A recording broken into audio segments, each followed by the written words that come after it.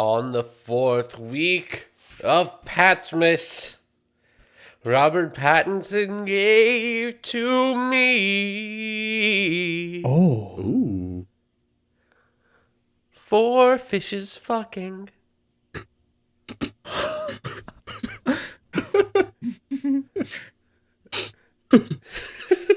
You forgot it, didn't you? No, I got a Studio Ghibli movie. What did we watch before that? Shit. 2 movies if you think about it in a weird way, and any Twilight movie. That was it. That's the last one I have to do. Because I don't want to have to recap every Robert Pattinson movie that Sammy has watched. Caleb, just say you're a coward and move on. Like, I'm a coward. If you were brave, you would do it. On the 30th day of Robert Pattinmas. Here's what Sammy watched. Have Sammy list every movie. Dang, I can't imagine. I think, just to kick this off. Welcome to Junk House. It's a psychobilly freakout!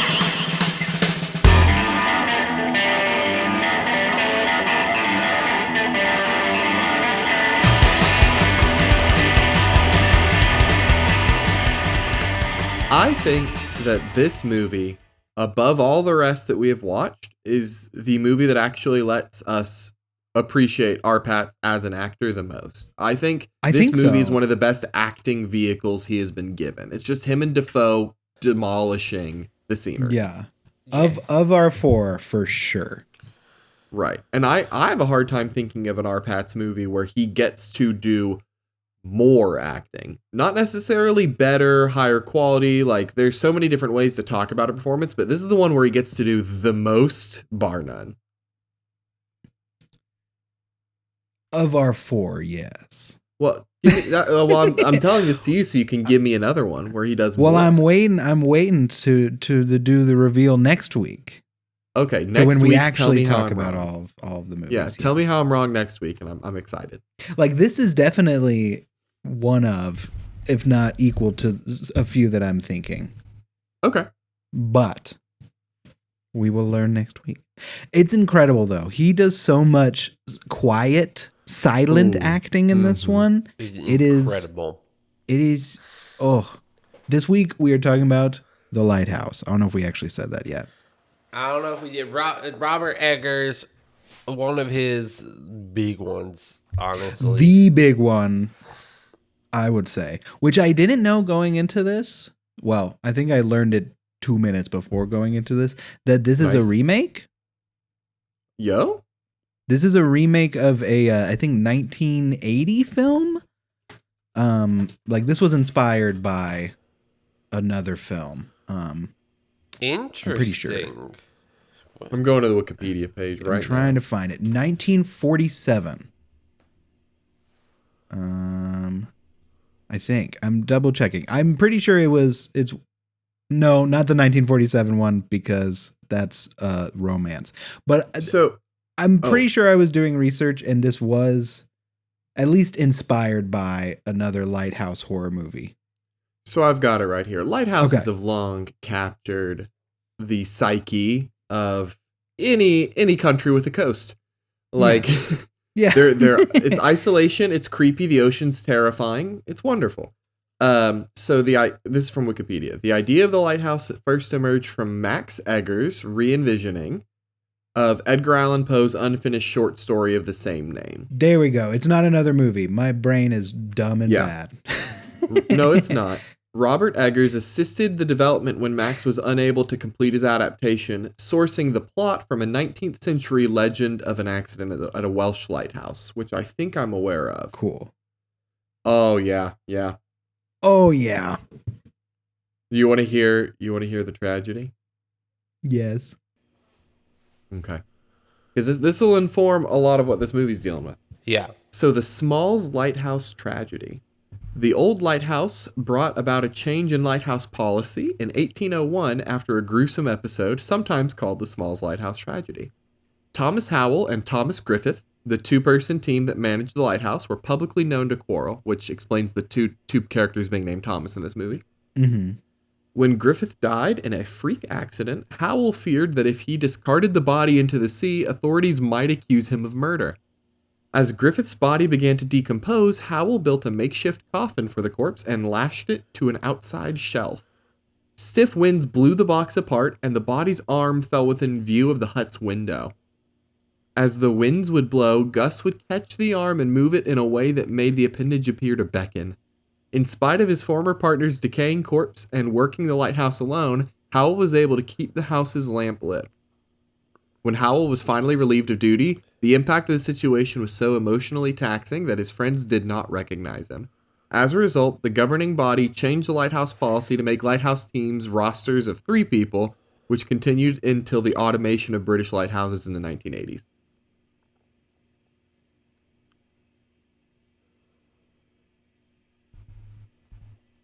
Uh-oh. Yeah, that's pretty bad. Pretty bad. But now that makes this movie, that makes so much sense to the random bullshit. Yep. This movie, who wants to take on the task of giving a brief rundown of this film? You know, you can hold hands and do it together, or what Caleb was about to say. Here's the way I would put it, the shortest to somebody who was like, I want to watch this movie, but I don't know what it's about. Can you give me like a brief rundown? Okay. 2 guys experience wild amounts of trauma and also insanity. And yeah, that's really all you can say. It's just like 2 guys going insane, but like make it in the 1700s, like that vibe. I think it's early 1800s. It's probably early to mid 1800s. Just looking at technology wise. Letterboxd says New England Island in 1890. Yo, Wow. that actually makes more sense with the technology. Yeah. This is also the movie where, first of all, as well, Willem Dafoe is amazing in it. Mm-hmm. And he goes Fortnite a lot. He does. He says Fortnite a lot. A lot. And it's really funny when you're watching with friends and you point and laugh and go, he said it. He said Fortnite Battle Pass. Fortnite Battle Pass. Whoa, he said it. Whoa. Yep. That is really funny. So, what I like about this movie, first of all, it's not a fun movie. It's not really an enjoyable movie. This is one of those times with a lot of Robert Eggers, actually. But sometimes art is meant to make you feel things and not really be fun. And this is one of those movies where it's like the artistry is huge. The quality is incredible. The acting is off the charts. But you're not going to have a good time.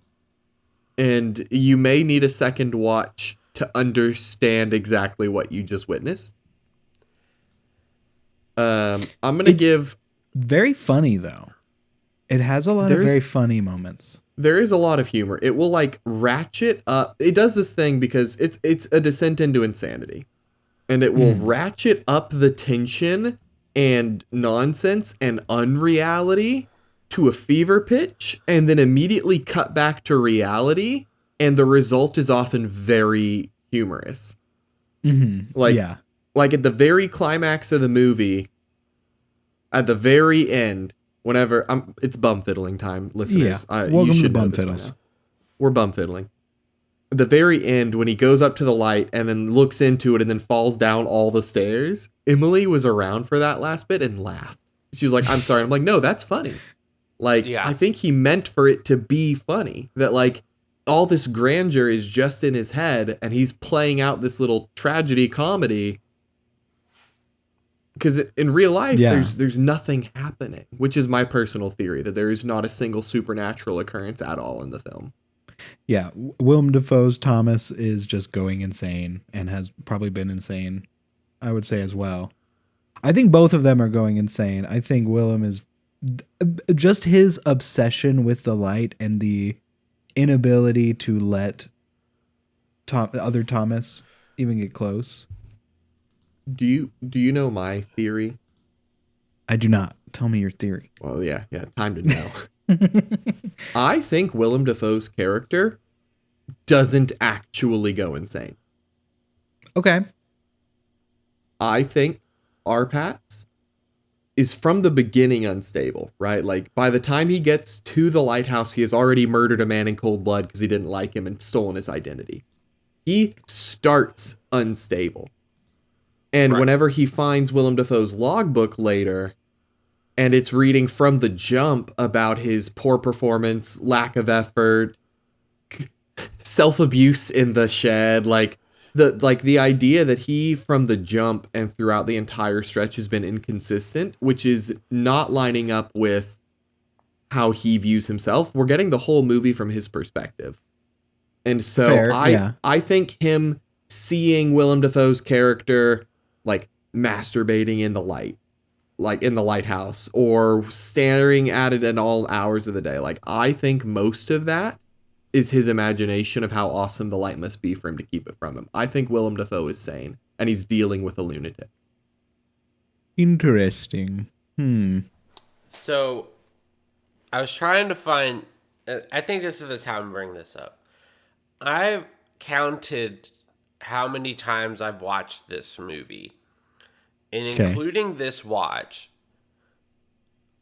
if my memory serves correct, because I watched it a lot in 2020 because I bought it on Blu-ray like the day it came out and just kept watching it because I was obsessed with it. I've probably watched this over a dozen times at least. Okay. This is one of my favorite movies. Like, honestly, I would put this in my top 5 movies of all time. I didn't know that. Yes, I really love this movie. And I was really happy when we picked it, but I didn't want to say that when we were picking it because I did not want to put any biases out there. Fair. This whole show is just us doing whatever we want. You can put your biases out there. Yeah, that's fair. You're allowed. But I actually kind of agree with Cordell. Interesting. Like, Okay. I think this movie is also the best example of a movie that is not explicitly cosmic horror, but does everything cosmic horror should do perfectly. Yes. Yeah. Agree there. But I think Robert Pattinson's character he is the focal point from which we see the movie the entire time. Definitely. Yeah. I actually really think kind of to what Cordell was saying, like Willem Dafoe's character, I don't think he actually goes insane. He's normal the whole movie. I think he's like normal old man levels of crazy. I was about to say. Yeah, not, there is extra stuff going on. Because like, okay.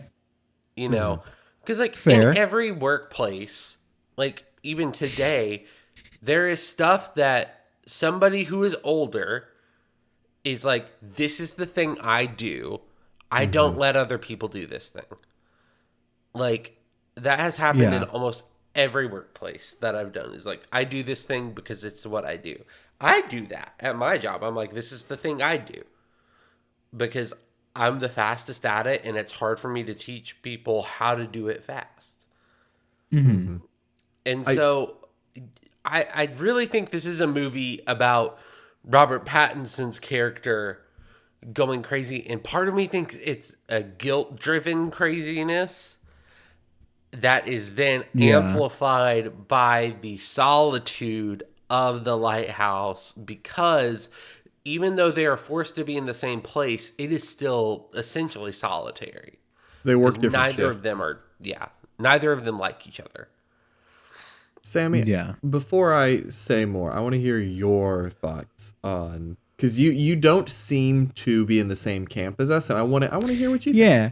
I think maybe because I've been watching so many Robert Pattinson, while I understood that his character was going crazy, I guess I was just trusting some of those first visions he had. I thought Willem Dafoe was actually jerking off in the lighthouse. I thought all of the crazy stuff he was doing was stuff that was actually happening. So I was just like, oh, he's also going crazy. There's a reason it's not just old man. No, you can't do it because I always go to the light. It was like, oh, but the rules, at least we're told by Robert Pattinson, the rules are they're supposed to take shifts with the light. So I was just like, oh, okay, so there is a weird other reason, and it's not just like old manness. I also just thought Willem Dafoe was an asshole and was very like a dictator the entire time. Oh, he was. So it was so easier. It was so easy for me to be like, he's a dictator because he's crazy, and he's going insane because he's a dictator and because he's crazy. So that was just my take of it. I think I'm leaning more towards y'all now, but that was just my initial take and why I've been disagreeing. Yeah. Was this your first watch? This was my first time watching Lighthouse. Yeah. Okay. My first watch, I thought the exact same thing as you. Fully thought that exact same thing. I thought they both lost their minds. It was on my second watch that I was catching a lot more of, I think it was all our pets. And so in the year, I watched this like back in 2020 and like, not again. Yeah, basically when it first came out. Yeah. Right? Came out, watched it with a group of friends, never watched it again until this. And so like a lot of this is very new for me. So I was in your camp until yesterday. Okay. That's very funny. Yeah. For me, a little bit of it is like realizing on the second watch, because when you watch it the first time, since there's two of them and we're used to movies with two characters generally showing both of them, right? We're used to them playing the tension of two different individuals. Realizing on the second watch, this movie is playing the tension of Arpat's, like his character just being there and what he perceives life to be like. Like it's almost man versus self rather than man versus man for conflict. It's man versus self. Like he's unstable. So we don't know how much of a dictator Willem Dafoe's character actually is, or if that's just how Arpats perceives him.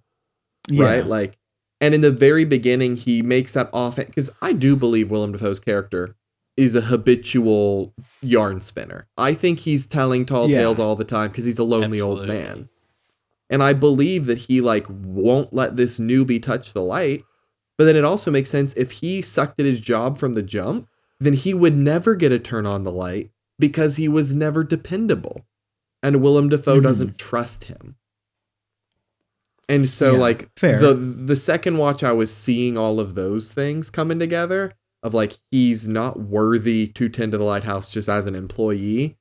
He's perceiving Willem Dafoe as this extra grandiose guy who's always quoting weird like prayers to Poseidon and stuff. Like, I think because in the beginning he finds that little totem with a mermaid, and then throughout the movie, his imaginings of the mermaid get more fleshed out and more aggressive and more violent.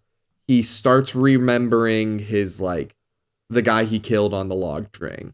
He starts seeing Willem Dafoe doing more and more stuff in the light, when in the beginning he's just like, he sees him up there, and I think it's him imagining what he's doing. So that's my perspective, is that we see his, because he didn't even think anything of the light until Willem Dafoe mentioned that a previous guy went insane about the light. And whether that's true or not, his obsession with the light started afterward. So I think it was all his slow descent into insanity. And what makes it so compelling is that because we're in his head, we side with him on the first watch. We do think Willem Dafoe is crazy on the first watch because he's not rooted in reality. There is one thing Gordell said that made me fully like, one detail is the mermaid thing.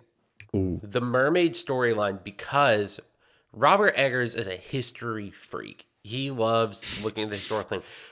Think about the history of mermaids.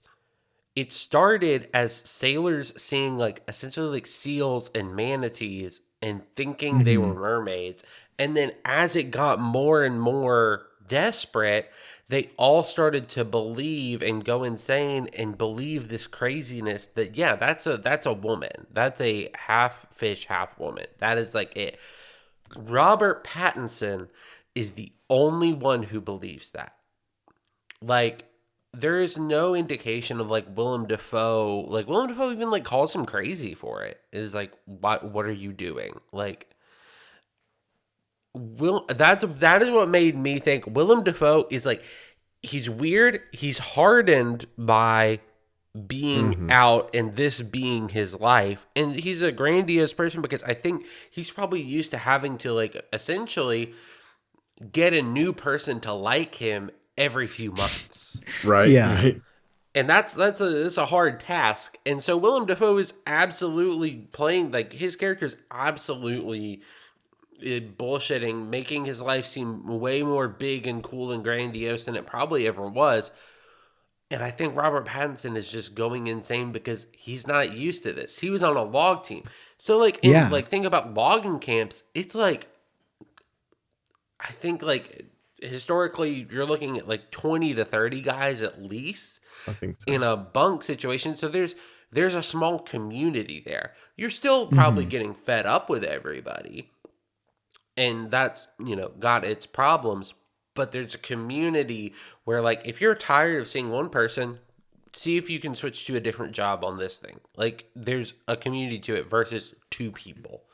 And so I think Robert Pattinson is going crazy because he's not used to that level of isolation.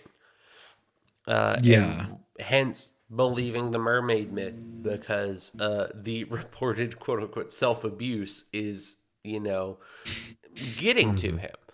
And there's even like, I think it's early on, but there's the whole scene where they're talking about the food and like who's cooking and why that's happening. And then there's the cutaway to Robert Pattinson that's like, if I had a steak, I'd fuck it. It's one of the, like, I think that is honestly one of the turning points in the movie where it's like you start to see he's expressing his insanity and expressing his like desire for something that he can't have.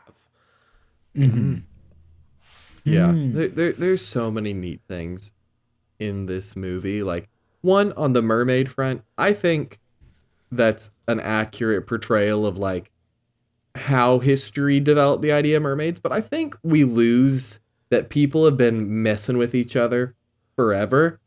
And it's like, so many old legends like mermaids, I fully believe is one sailor knowing what a manatee is, and then a new sailor who's never been on the ocean getting told it's a mermaid. And I really wonder if like it didn't just spin off into legend because they were all messing with the new guy and then telling tall tales to people on dry land. Like, I'm sure there was a healthy mix of both.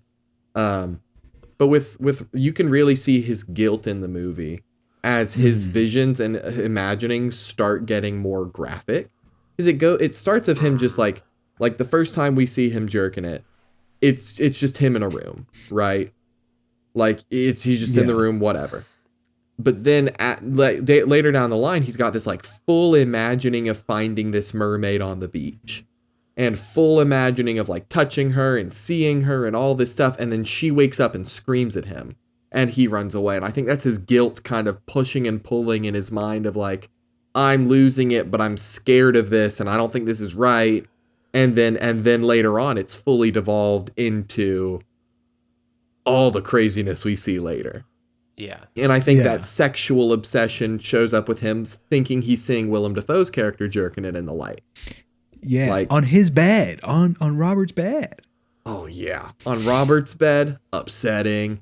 And then also, like, up in the lighthouse. Like, everybody's jerking it everywhere here. Yeah. There isn't a spot of that campsite that isn't covered in cum. Anyway.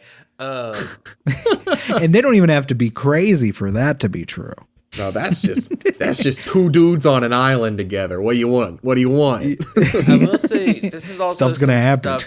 This is just some trivia that I know. This movie is like had several rewrites, obviously, but fair. the main complaint that Robert Eggers had that he wanted the like final rewrite was the script before this script. He said it was too obvious and that he wanted the audience to go mad as well. Like he wanted it to be like a fuzzy window that you're looking through trying to figure out what happened. And like I think he really succeeded on that because first watch, a lot of people, we know, I was too, I was with y'all, inclined to believe Robert Pattinson completely and think, wow, this is a really cool movie where a lot of supernatural weird stuff is happening. Yeah. And then watching it again is when you're like, oh, okay, there's some other stuff going on here. Yeah, I didn't think about it at all like The House That Jack Built. That's another kind of horror movie from the point of a serial killer. Oh, and he's kind of going crazier and crazier. But the whole point is like, I think they straight up say like, hey, this is an unreliable narrator. So you go into it being like, okay, this motherfucker is insane. But I think that's making me like The Lighthouse more, that I didn't know that. And like, you aren't supposed to know that it's supposed to be a foggy window, but it was built that way. Oh, I see that. I see what you just did there. The glass was just blown that way. Nice. I work in mental health. And I'm not gonna lie, I have a deep appreciation and respect for how this, because a lot of like descents into madness and instability just don't work. Right? Yeah. It's like I'm normal, then I'm crazy all of a sudden. And it's just so dramatic and so drastic. But this one, on second watch, realizing it's all our Pats, feels more realistic compared to what I've seen of people kind of losing their anchoring in reality.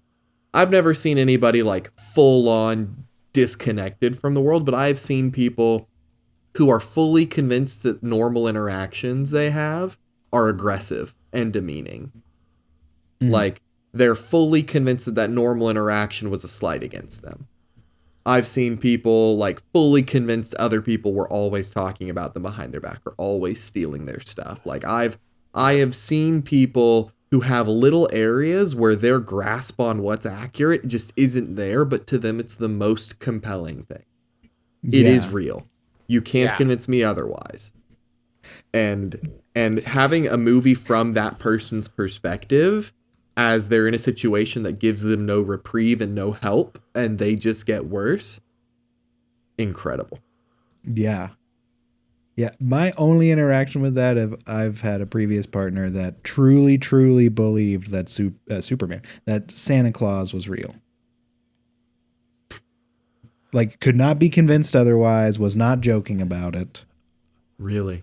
Fully convinced that Santa Claus was real. Interesting. Huh. Can't say, And I agree. No, I'm sorry. I don't know if you're supposed to play into delusions. So, it's complicated. Fair. Yeah. You know, it's like, to a level, sometimes in the moment, you just got to roll with the person and get them through to a safe place where then you can challenge it. It really depends. Like, because generally people don't stay in that area, and they'll have moments when they're upset and they're like activated that they are more inclined to believe blindly in these like more delusional thoughts, these non-grounded thoughts, and you just got to kind of roll with them until they calm down and then address it, because if you try to address it in the moment, it's just going to go very poorly. It's gonna anger them or whatever. Oh yeah. Or sometimes even challenging somebody on a delusional thought will make them go further into the delusion. They dig their feet. Yeah. I don't know if I said this earlier. Robert Pattinson, I think this is his best job acting. I think this is perfect 5-star acting. This is also a case of this movie made me think this man can't be British. He did American so well. So without spoiling how much I've watched, I will just say it's surprising to me that when he uses his actual British accent. Robert Pattinson is an actor that they're like, you are British, but you're never going to play a British person. You're British in name only. That's it. I've seen a handful of movies that he actually uses his own accent in. Tenet being one of them. Yep.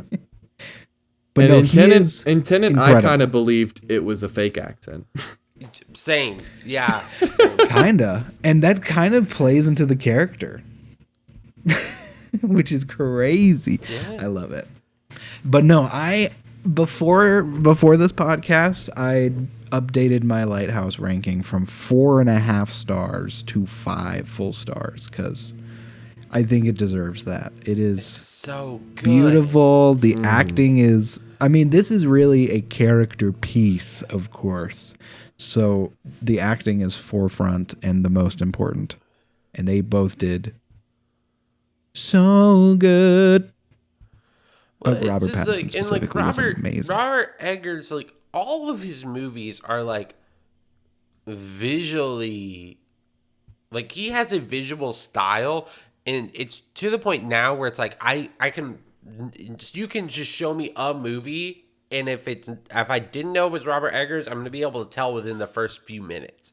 Because he's got this very distinct, good style. Like, I really like it.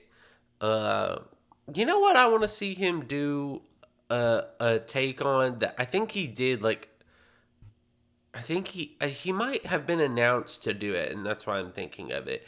But I want to see him do a Christmas Carol, because I think he would go crazy on that. Oh, he would. Is it still confirmed that he's doing the Labyrinth sequel? I need it to be. Give me 1 sec. I think it's like still in the talks. He's set to write and direct a sequel for TriStar Pictures. So for what we know, I think he's still. It was announced 6 months ago, so we'll see. That could be baller as hell, though. Yeah. I think his next movie is that werewolf. Yeah, movie? yeah. Werewolf. Yeah. Set in 13th century England. One thing about Robert Eggers is you need subtitles for this man. Yeah. The first Robert Eggers I watched, and this is probably the same for a lot of people, it's probably everybody's because it was his first theatrical release, The Witch. The Witch. I was like, wait, his other movies were like shorts. Yeah, he's made 4 feature films, and the first was The Witch. So you may be right that it was most people's introduction to him. Which is also for me was a 5-star. Was a 5-star movie as well. The Witch? Oh yeah. The Witch. When I first saw The Witch and somebody was like, yeah, it's this new guy named Robert Eggers, I watched it and I was like, no, an old man made this. There is no way somebody young made this. And then I saw a picture of this, like, let's be so real, beautiful baby-faced man. Like, baby-faced with a beard, man. And I was like, that's not him. Show me the actual Robert Eggers. Because there's no way that's him. Like, he looks like if one of Santa's elves made a wish to work in a tattoo parlor. And I love him. What was the one that wanted to become a dentist? It's like that. I'm imagining Robert Eggers as him.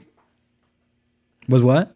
I think it was Dennis. I think that was him. No. Maybe? Dennis, the one that wanted to be a dentist? No. His name was some. Hold on, let me Google. He was just the gayest. A dentist. I want to be a tattoo. Hermie. Hermie. Yeah, he was so gay. Hermie the misfit elf. He was so gay. Robert Eggers is Hermie, but if tattoo. Yeah, basically. So I want to be a tattoo artist. Sorry. No. Wow. Why weren't you at tattoo practice? Everything I've learned about him is so good. He's got so many perspective projects that I'm excited about. Can I tell you? Yes. Sure. So, he wants to do a mini series about the life of Rasputin, but last year said the development had stalled because they were unable to film in Russia, and he's that guy. He needs to film there. He has developed a medieval film that is yet to be produced. He's working on the werewolf movie. I like that he's collecting a cast of people that he likes to work with. Lily Rose Depp, Aaron Taylor Johnson, and Willem Dafoe are all looking into being in Werewolf. He is writing and directing a new adaptation of A Christmas Carol. I'm excited. With Willem Dafoe as the front runner to play Scrooge. Willem Dafoe Scrooge, I'm here Incredible. for it. It's reported that he will write and direct the Labyrinth sequel, and then he has started writing an Elizabethan script and expressed interest in making a Western. And can I tell you something that I think informs a lot of his films? Caleb, you say your opinion on what I just said, because you had a face, and then I'm going to tell you what I think is an important feature for everything he does. There is a Western novel I recently finished. It is a hard read. It is not an easy read, but it is called Blood Meridian by Cormac McCarthy. I want a Robert Eggers movie adaptation of that, because like there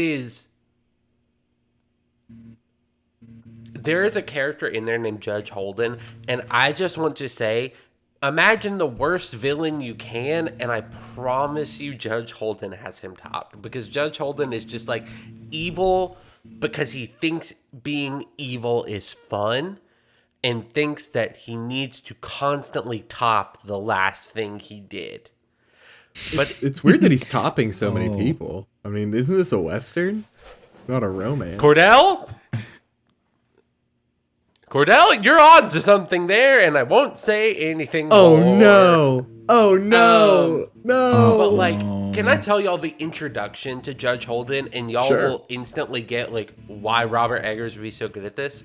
Yeah. So, the introductory scene for this character, and it's through the lens of like a young boy that is joining in a gang, like a Western gang, right? Okay.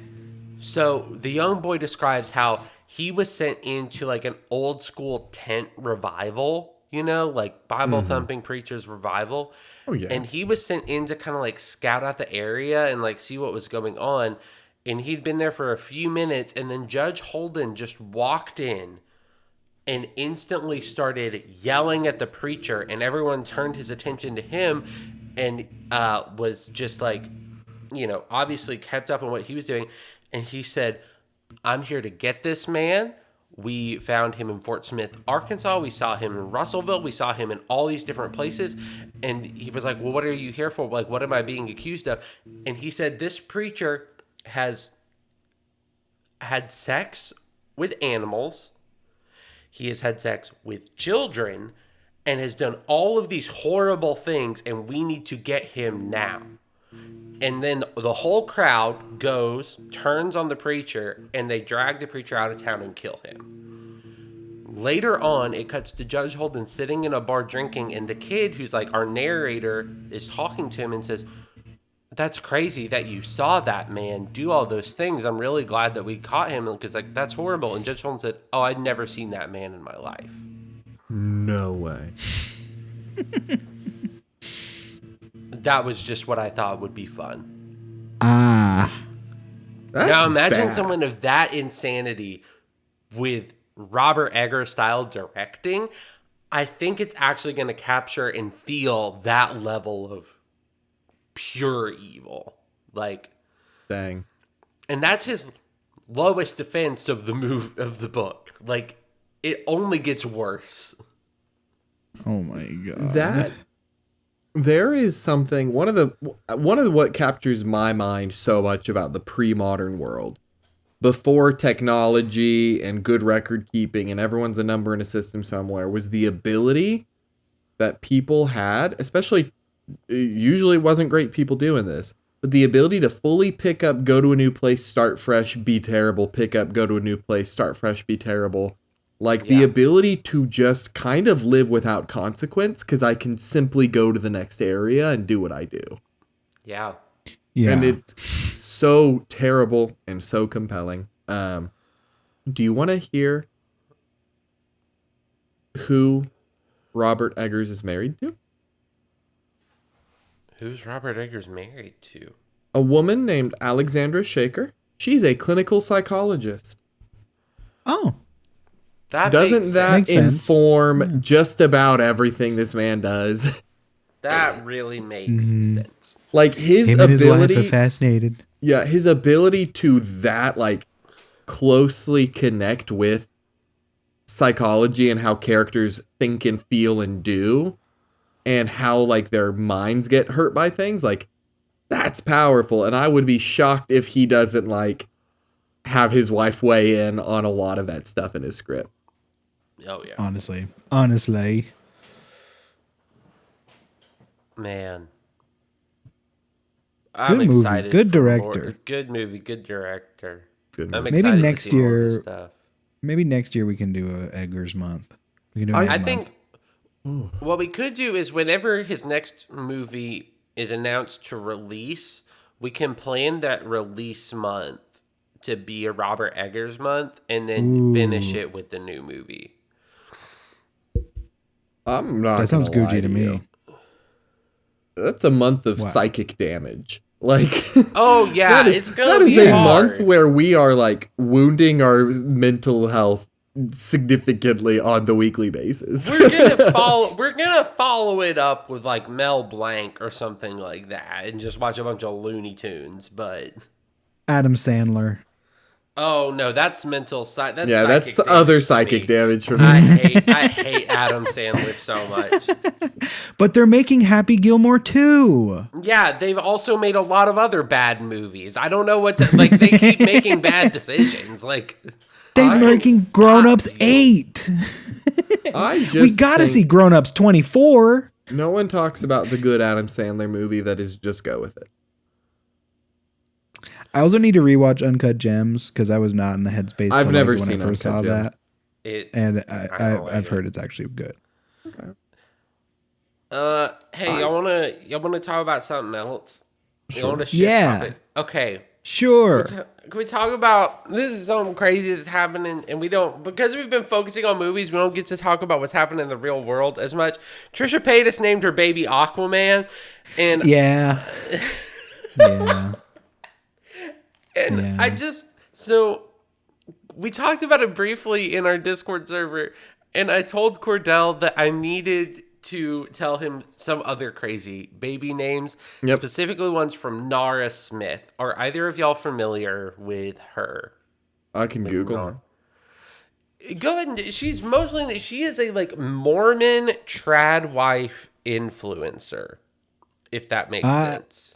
I don't think I've seen her, but interesting. I have. I found a specific picture. She's like mostly known for like, she does these videos where she's like, my son came down this morning and asked for Cinnamon Toast Crunch. So I went out and pulled the wheat, and then I milled the grain and made the squares and then ground the cinnamon and processed that. Like, she's like that kind of like, she's mostly known for that. So she's 23 years old. Yes. And she's married to a guy named Lucky Blue Smith, which is just don't look at the names, Cordell. That's going to be what's coming up next. Okay. Hey, wait, his name is Lucky Blue Smith? His name is Lucky Blue Smith, and that's her husband's name. She is South African German, which is a fascinating combo. She is currently pregnant with another child. I think she has 3 already. I mean, if they've only been married for like 5 years, and if she's like trad wife, I don't expect her to have babies from beforehand. So how many kids is she popping out? So she's pregnant with her 4th. Dang. And I was introduced to her because I saw a video pop up on TikTok where she basically said, here's some of the baby names I'm not using. And I thought, if these are the ones you're not using, what are the names you did use? And so what were they? They were insane for Trisha's. Some of them were some of them are in here. So I'll talk about it. But is a Nora Smith name quiz. These are specifically about her children and the names that she has decided to give them, which are insane. Thank you to my wife Olivia for helping me write a bunch of fake Nora Smith names. So I'm going to give you 3 groups of 4 because she has 3 kids. So each one of these, one of the names in this group of 4 is one of her children's actual legal names. Okay. Are you doing first, middle, last? These are all these are just first, middle. The last name is always going to be Smith. So Fair. I'm done. Can you say Smith at the end because it'll help me? Sure. Yeah. Yeah. And I also just want to say, these are all pretty public information. So I don't feel bad about talking about how bad they are. Okay, so first up, we have Sunday Clover Smith.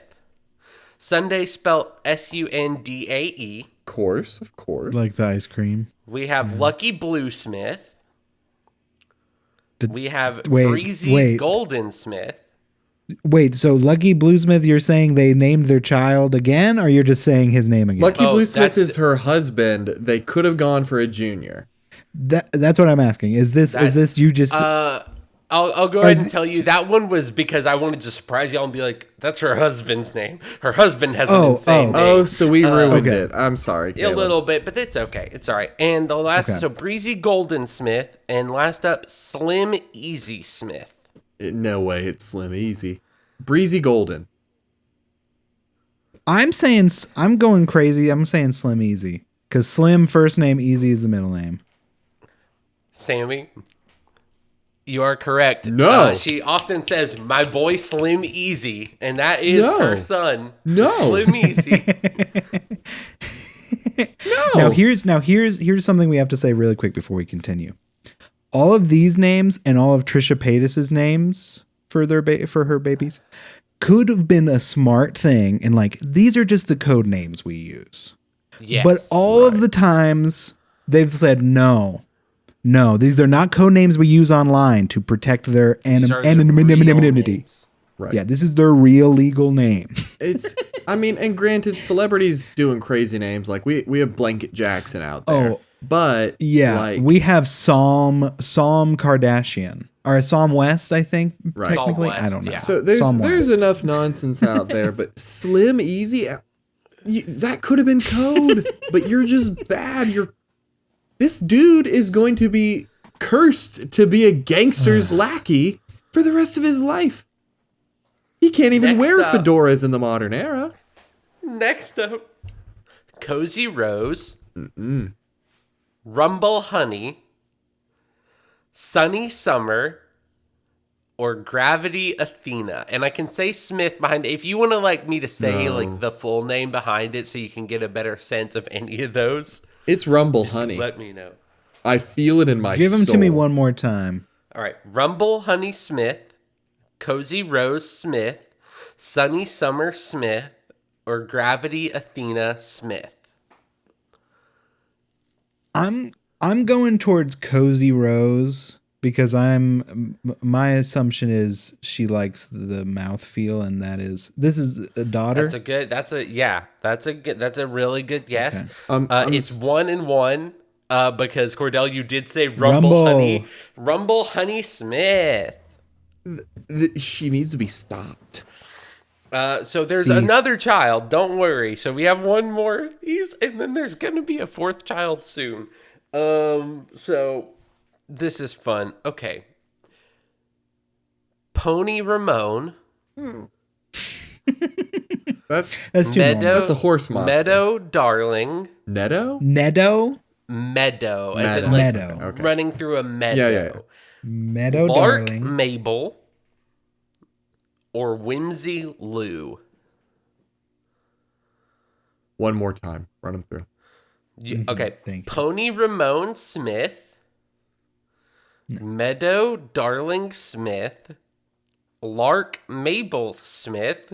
Or Whimsy Lou Smith. Lark Can we get a hint? Can we get the gender of this child? This is another girl. Another girl. It's Lark. We did, when we wrote these fake names, we did try to like cater these towards like girl or boy, which is hard with Nara Smith names when their names are Rumble Honey and Slim Easy so far. Okay, but I will say, credit where credit is due. You tell me someone's name is Rumble Honey, I know that's a girl name. I feel that is a girl name. Dude, just... Slim Easy, that's a boy. I feel that. Fair enough. I'm locking in Whimsy Lou. Cordell, are you locking in on Lark? Lark, yep. One of you is a winner. Sammy. Whimsy Lou Smith is the name of their daughter. Why? So, Whimsy Lou. I don't feel like a winner. Hey. No one wins. Even Olivia and I talked about it because we were talking about baby names once, and I was like, I hate when a name is a nickname. Hate that. Don't like it. Whimsy Lou, cute nickname for like Wilhelmina Louise. Right? Yeah, right. Yeah. Sure, yeah. Cute, good. Oh, also, Pony Ramone is another Mormon trad wife influencer who's most people just call her Pony Ramone because it's funnier that way.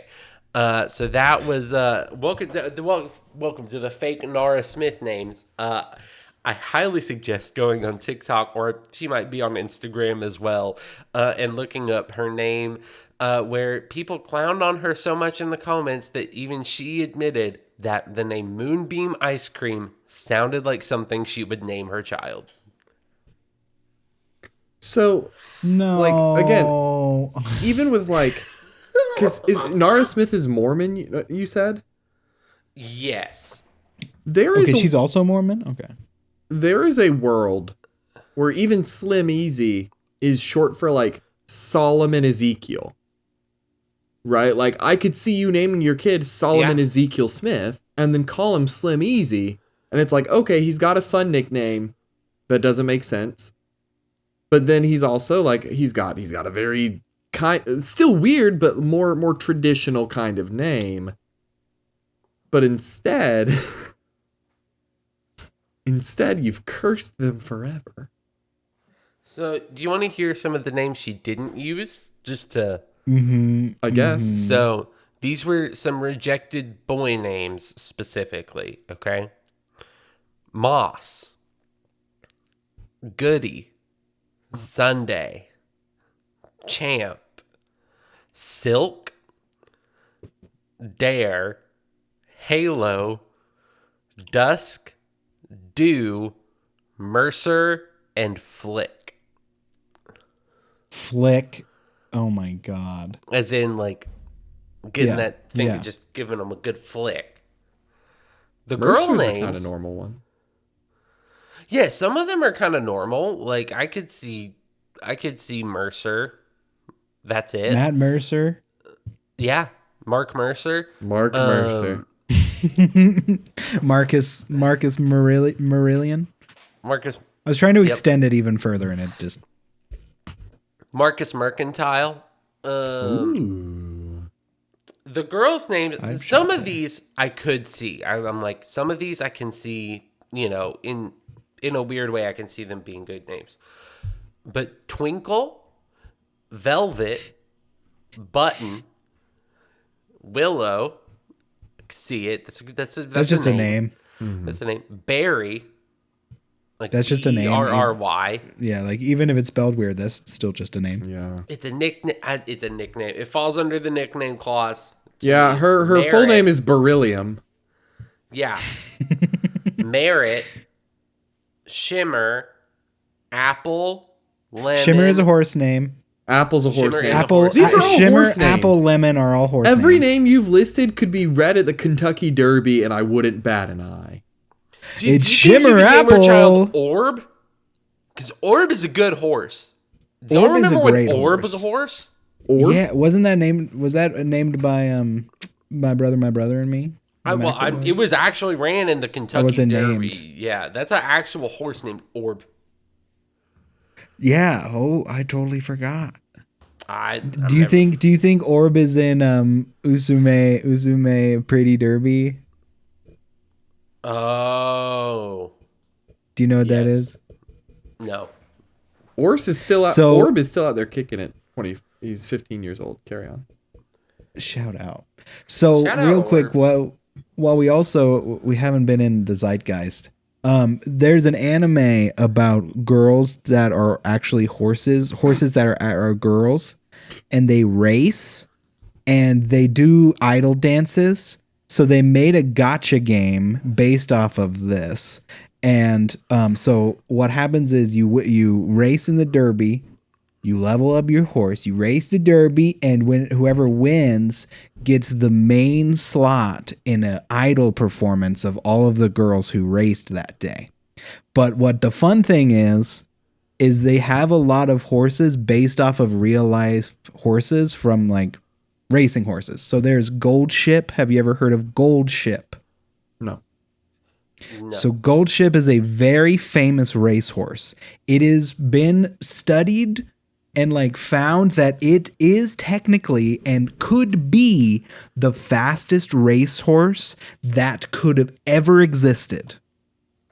But it is a fucking asshole. Awesome. It never does what it's supposed to do. It doesn't listen to its jockey at all. There's a picture of it like in the gate, right? Starting gate, up on like on the right side, trying to like attack the other horse. This anime and gacha game made a girl horse based off of that horse. And when you win with her, you never do because it's bad. It because of its anger issues is a bad horse. She drop kicks you in the face. If you win, she drop kicks you in the face. But all of the streamers have been playing this, and it's been going insane. That's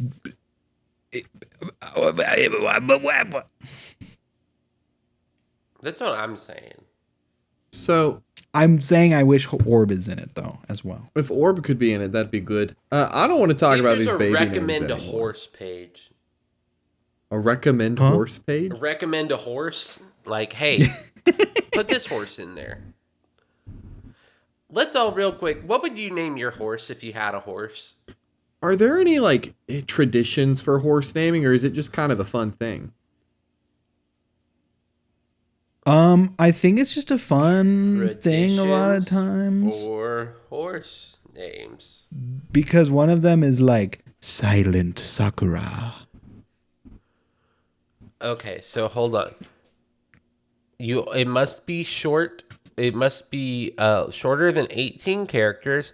Name cannot consist of only initials or be comprised entirely of numbers, but they may have numbers. Owners cannot use the names of any living persons unless written permission is submitted to do so to the Jockey Club. This is from the Kentucky Derby website, by the way. Owners cannot reuse names, and owners cannot reuse names of the horse by the same sire or out of the same dam as the foal or horse, or names of horses appearing within the first 5 generations of a foal's pedigree.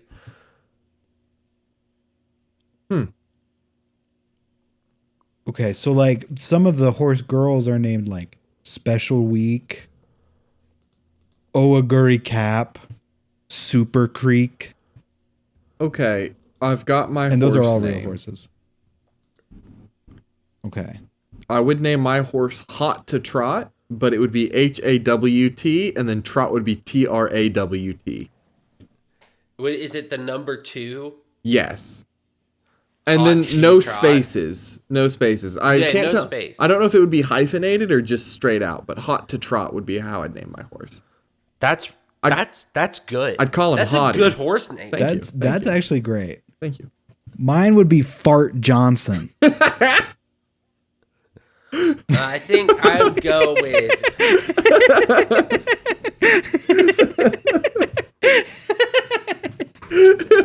Like well thought out, and then Fart Johnson.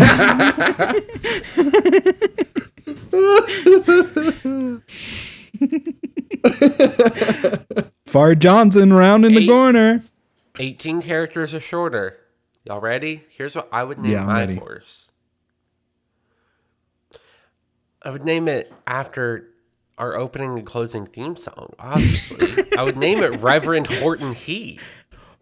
That's awesome, actually, yeah. I would name my horse Reverend Horton Heat because they are so great, and we get to use their song Psychobilly Freak Out off the album Smoke 'Em If You Got 'Em as our opening and closing theme song.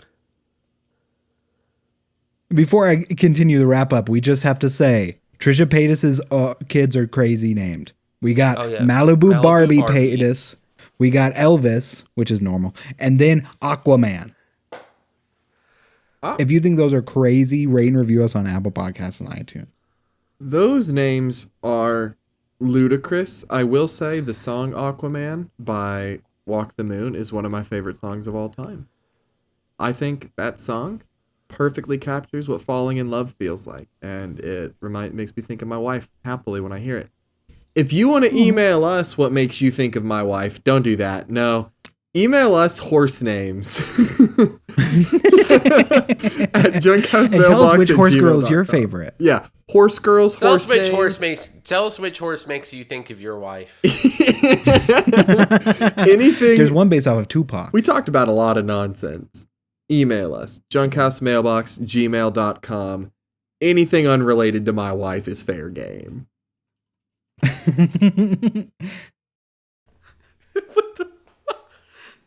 That's what we say every week. Fart Johnson.